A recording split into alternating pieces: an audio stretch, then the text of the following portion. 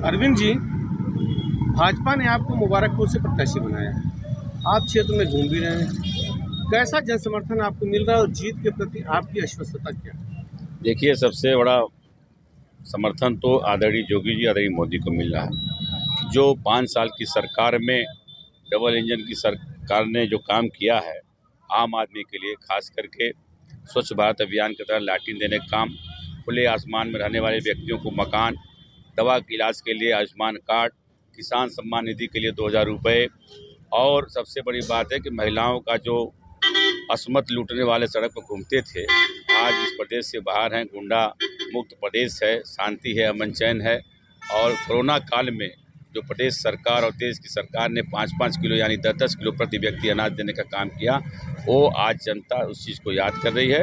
और आपको मैं बता देना चाहता हूँ कि यहाँ व्यक्ति नहीं बल्कि पार्टी के हमारे जो नेता हैं उनके कार्यों की बदौलत चुनाव लड़ रहे हैं। एक चीज़ में आपने जैसे बताया कोरोना काल में, तो कोरोना काल में अव्यवस्था भी बहुत रही है। नहीं, दुनिया में आप देखिए, अमेरिका, इंग्लैंड, रूस जैसे विकसित देश के लोग कितने को वहाँ पे लोग मरे, लेकिन भारत जैसा घनी आबादी वाला देश, जहाँ पे आदरणीय योगी और मोदी की व्यवस्था की देन है कि हमारे यहाँ कैजुअलिटी कम हुआ, मृत्यु दर कम हुआ।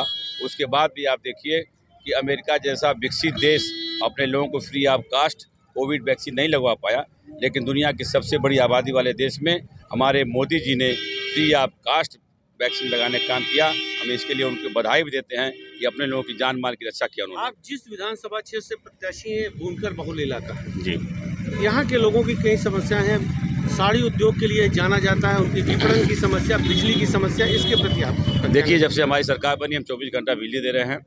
और जो बुनकरों की समस्या है उसमें सबसे बड़ी बात यह है कि हमारी सरकार कई बुनकरों के लिए योजनाएं दी हैं, लेकिन जो जनप्रतिनिधि हैं उनके पास समय नहीं है कि उस बात को सही ढंग से लागू कराएं।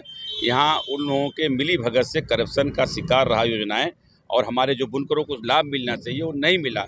इसलिए मैं आपके माध्यम से भी अपील करना चाहता हूँ कि जनप्रतिनिधि को सही चुनना चाहिए और वो राजनीतिक व्यक्ति होना चाहिए। आप किसी पूंजीपति को बनाएंगे, भूमाफिया को बनाएंगे, तो निश्चित रूप से जनता झेलेगी, आम जनता परेशान होगी।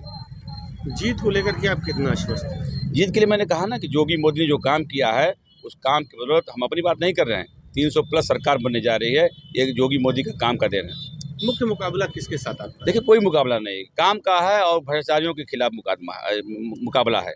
और जो काम नहीं किए केवल भाषण देते हैं, उनके भाषणों में कोई दम नहीं, जनता समझ चुकी है। आप देखे होंगे लोकसभा के चुनाव में पार्लियामेंट में सारे दल मिल करके लड़े थे भारतीय जनता पार्टी को हराने के लिए, लेकिन हरा नहीं पाए। फिर भी हम जो 67 सीट जीत के गए। तो आप देखिए, इसको समझिए, तौलिए।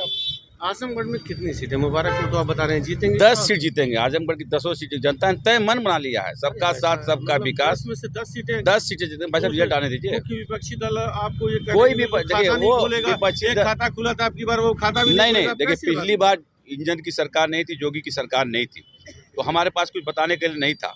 जब योगी जी की सरकार है तो हम बताने के लिए तमाम काम है। लोगों ने कहा कि नहीं, ये काम हुआ है, इसके पहले कोई काम नहीं हुआ। अरे, आपके दल में एक सांसद थे जो इस समय समाजवादी पार्टी के टिकट पर चुनाव लड़ रहे हैं। देखिए, नहीं, पूरी बात सुनिए। उन्होंने कहा कि योगी आदित्यनाथ स्वयं चुनाव हार रहे हैं और आप करेंगे आजमगढ़ से हम 10 सीट जीत रहे हैं। कौन हार रहा है, कौन जीत रहा है, 10 तारीख की बात पता चल जाएगा। और जिस व्यक्ति की आप बात कर रहे हैं, उनका जो है पैदाइशी जो है वहीं से है, तो अपने घर में चले गए, जहाँ से आए तो वहाँ चले गए। मैं उनका नाम भी नहीं लेना चाहता, आप चर्चा कर रहे थे, मैं चर्चा कर लिया। मतलब 10 में से 10 सीट 10 सीट भाई साहब पक्का जीतेंगे आपको।